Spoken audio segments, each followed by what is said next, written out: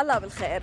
التوجه شرقا بات واقعا كرسته كيانات جامعة مثل منظمة شنغهاي للتعاون التي يعيد أعضاؤها ولا سيما الجدد ومنهم إيران صياغة قواعد الاقتصاد العالمي.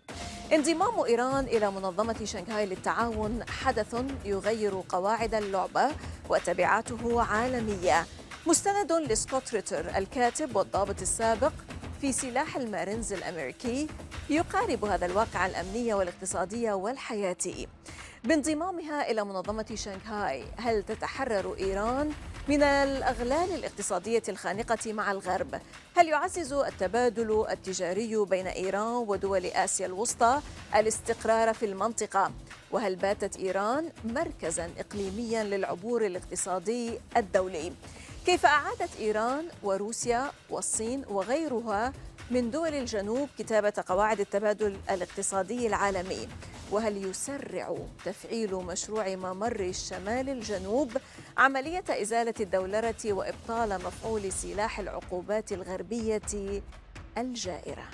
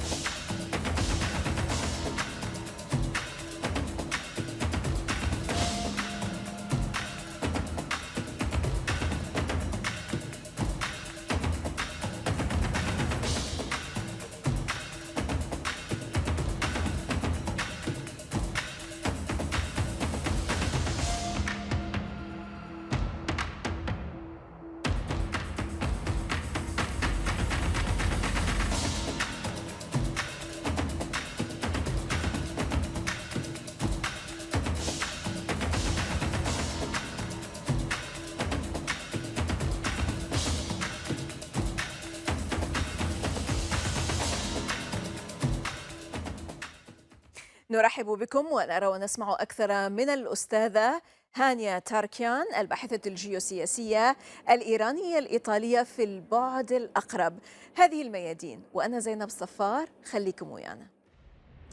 Hanieh Tarkian, Iranian Italian Geopolitical Scholar, lecturer at Al Mustafa Institute of Islamic Studies in Italy. Hanieh, salam and welcome to Al Mayadeen. This is the Proximate Aspect and I'm Zainab Al Safa. So good to have you, ma'am. Salam, thank you very much for having me today. Always a pleasure. Well, Iran is joining the SCO at a time of immense geopolitical change. According to our document, Iran's accession to the Shanghai Cooperation Organization is a game-changing event with global consequences. Hanieh, why it matters? Yeah, it matters a lot because, first of all, I think we should have a broad picture of what is happening nowadays in the world. Because many analysts, they are talking about a transition from a unipolar order to a multipolar order. But I personally think that we are already in the multipolar order. I mean, the multipolar order is already here, it is already present. Because we had the Syrian war, which was something very important in the region, which changed everything, you know. So I think that this Syrian front and the Syrian war and the two fronts that we had in the war, so from one side, the terrorist groups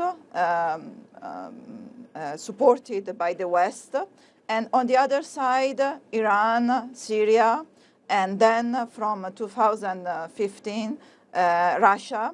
So we had these two fronts, and these put the basis for the new multipolar order. I think that this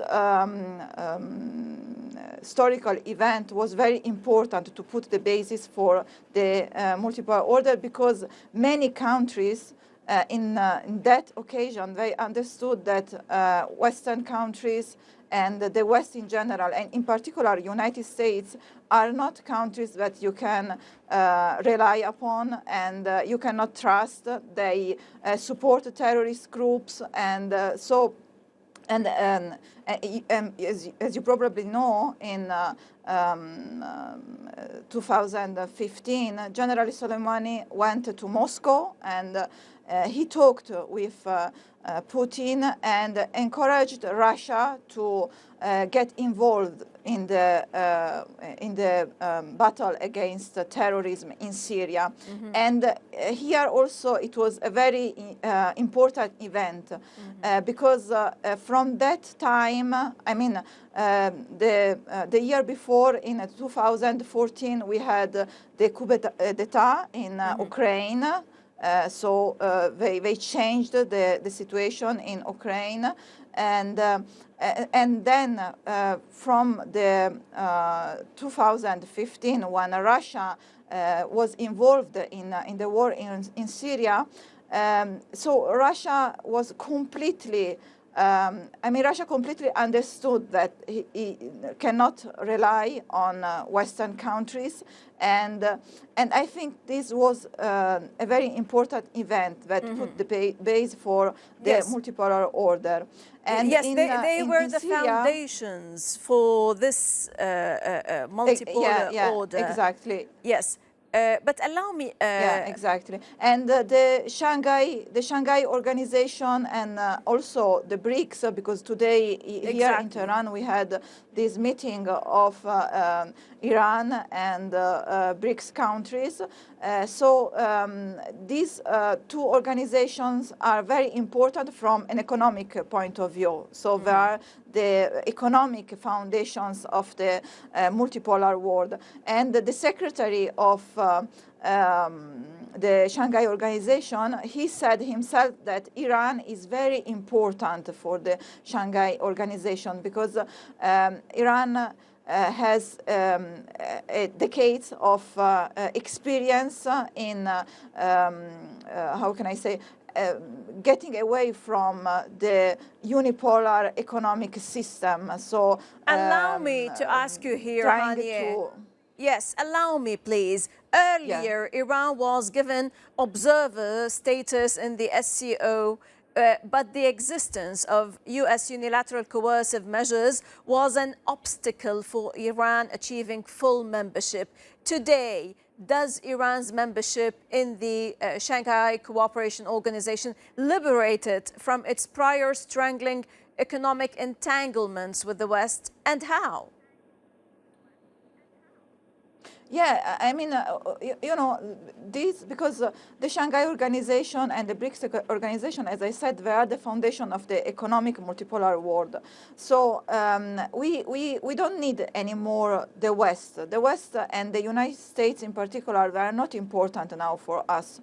So there are new emerging potential countries which want to be independent from an economic and a political point of view. So it is very important to encourage this kind of collaboration far away from the Western hegemony. And for example, President Raisi, he said in one of the meetings with the Shanghai Organization countries that it is very, very important to the de-dollarization of the global economic system, because the dollar and in general the Western economic system is just is a mean of hegemony by the West. And sanctions nowadays are not so much effective as they were in the past. Why? Because now the dollar is not so much used as in the past. So even American themselves, they say that nowadays dollar is in decline, and other countries do not use the dollar as in the past. So even the Shanghai Organization countries and the BRICS countries, now they are trying to use their own currencies. Their own currencies. True. Hanieh, Iranian President Said Ibrahim Raisi, in his speech following Iran's SCO membership, expressed the policy of neighborhood and convergence as the basis of its foreign policy to achieve regional peace and stability. How can the SCO countries benefit from Iran's experience for more than 2 decades of successfully fighting terrorism, extremism, and separatism? Yeah, as I said, I think that the main point was the war in Syria, because it was the place where Iran and the other forces of the axis of resistance, they show how they can how they can fight against terrorism, and Iran has always showed to be the regional security is the main issue for Iran. So other countries as well, they can learn from this lesson of Iran to have the regional security to be the first priority, and also to fight against separatism and terrorism, as Iran did in Syria and Iraq, of course helped by Syria and Russia. So this is a kind of example. You know, in Iran we talk a lot about the school of Soleimani. True. And some resistance movements also helped in the war against extremism in Syria. True? Yeah. So, I was saying that we call it the school of Soleimani, of General Qasem Soleimani. Trying to unite forces, try to be, even in Syria we had Christians and Muslims fighting together against terrorism. And this is very important. This can be a role model, a kind of example for other countries, because of course in the multipolar world we don't have only Islamic countries, we have as well non-Islamic countries. But in Syria and in Iraq we saw Christians and Muslims fighting together, united against terrorism. And I think this can be a very good example of cooperation and and collaboration among the various communities in the new. Mm-hmm. Yeah, and also President Raisi in the last Shanghai Cooperation Summit, he said that the Shanghai Cooperation is very important because we have many different civilization, which can help each other and cooperate with each other. So we don't have, like in the unipolar world, wars and conflicts. We don't need to destroy the cultures of the others, countries' identity. Mm-hmm. We can help each other. So Hanieh, today we witness and live a new multipolar reality defined by entities such as the SCO and the BRICS and so on and so forth, whose members, including Iran, are rewriting the rules of global economic interaction. What are the benefits of Iran's SCO membership as far as you are concerned, and of being part and parcel of the multipolar world? Because the countries of the Shanghai Organization can benefit from the experience of Iran in being an independent country, because Iran has suffered from decades of sanctions. So Iran Iran had to learn to be an independent country from an economic and political point of view. And independence in the multipolar order is a very important issue, because in the multipolar order we don't have countries which are subject to other countries, or they are not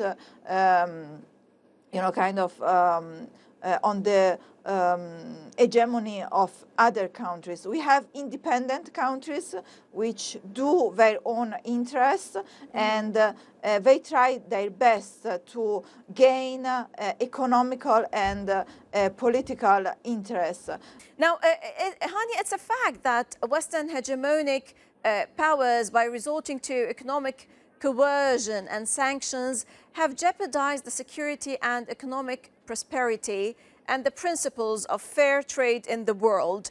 That said, Chinese President Xi Jinping proposed the Global Development Initiative, or the GDI, in 2021.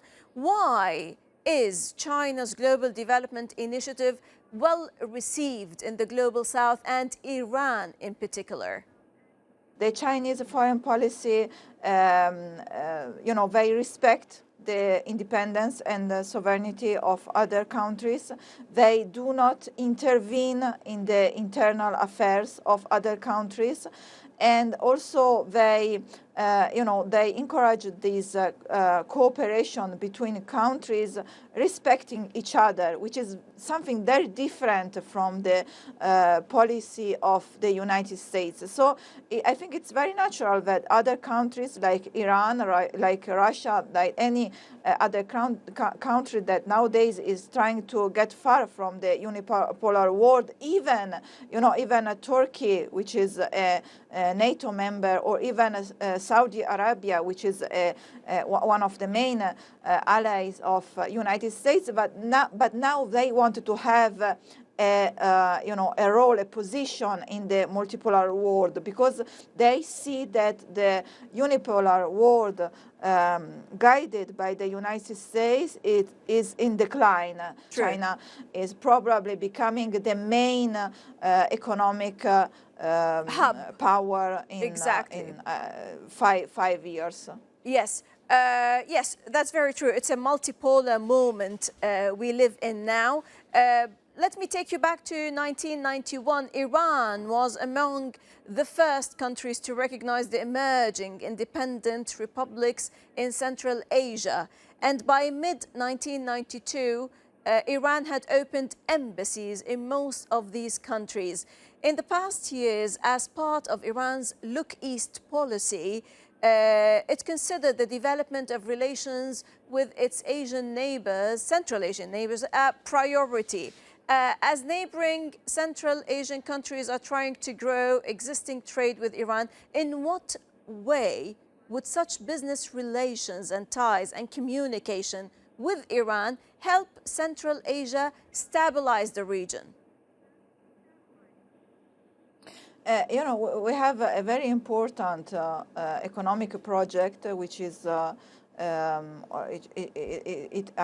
it is guided by China, but it's very important because it involves many countries of Asia in general, and in particular Central Asia. So it is the new Silk Road, as some people name it. Of course, the Central Asian countries are very important for this project to be implemented. Exactly. Because we need a new road of economic exchanges. Talking about new roads. And for Iran.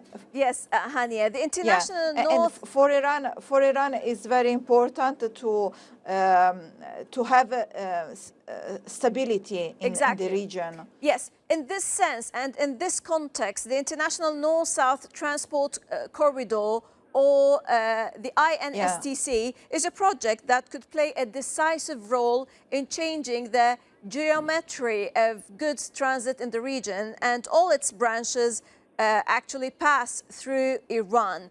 With the INSTC, Tehran is attempting to be a connecting pole between ASEAN, between Eurasian Economic Union, the GCC, India, Central Asia, the Middle East, the subcontinent, and North and East Europe.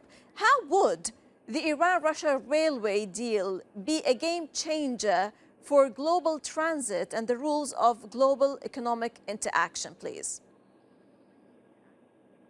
Yeah, you know, because nowadays the main economical routes are from the maritime routes. So and they are actually they are mainly managed by countries like United States and European countries like UK, etc. But if the countries in Asia and like Iran and China and also Russia. They are successful in managing new economic routes, this can completely change the economic assets of the global system. Hanieh, has circumventing Western sanctions been the only push factor for closer economic ties between Russia and Iran? Of course, the experience of Iran was very useful, and it is very useful for Russia. And as I said before, Iran had to try alternative ways to be independent from an economic point of view. So, of course, the experience of Iran is very important from Russia, but it is not just about sanctions. I think it is something it's something more important, because the multipolar order is not just about economic aspects. We also have the geopolitical and the political, and also the cultural, even the cultural and the religious aspect. So nowadays, for example, we see in Russia they are trying to have their religious and cultural identity to be more strong, as Iran did with the Islamic Revolution. So I think that one of the aspects of the multipolar order is not just the economic aspect, so trying to have economic alternatives and political alternatives to the unipolar world, but also to try to have other countries find and strengthen their own cultural and religious identities, because this is very important when you want to fight against a very powerful unfortunately powerful culture as the Western culture, that we saw how the Western culture has destroyed the identities of the European countries. So if the multipolar world can also help countries to strengthen their cultural and religious identities. So it's not just a matter of economic issues. True. Hanieh Tarkian, geopolitical scholar and lecturer, thank you very much for this thought-provoking discussion. Pure pleasure to have you always, Hanieh. Thank you very much. Thank you. Always welcome. لعل هناك مبادرات قيمة للغاية جارية على المستوى الأوراسي، والتي تمكنت من ربط الدول الأعضاء معا وتوفير البنية التحتية لتوسيع التجارة والتنمية الاقتصادية العامة، التي تستلزم توسيع روابط العبور والنقل وطرقهما في المنطقة. فقط من خلال احترام سيادة الدول يمكن لهذا التوسيع أن يساعد في تحقيق الهدف النبيل المتمثل في التقارب الاقتصادي. في هذا السياق لطالما أعلنت الجمهورية الإسلامية في إيران دعمها الكامل وغير المتناهي للمشاريع الضخمة القائمة مثل مشروع ممر الشمال الجنوب ومبادرة الحزام والطريق، وجعلتهما أولوية. وفي هذا الصدد وبجهود الخبراء الإيرانيين والتعاون المشترك بين إيران وروسيا، دخل استكمال خط سكة حديد ممر الشمال الجنوب مرحلة التنفيذ، الأمر الذي يساعد في تحسين سلاسل التوريد العالمية واستقرارها وتحقيق الأمن لدول المنطقة. ولكن بوجود إدارة أمريكية توسعية عابثة ومولعة بشن حروب عبثية وإزهاق الأرواح وتدمير الحضارات والثقافات المتنوعة وخصوصياتها، هل ستدع هذه المنظومات الحيوية والمنطقة وشأنها أم ستعبث معها بحروب مفتعلة بالوكالة؟ من كل الميادين، سلاما وتحية، في أمان الله.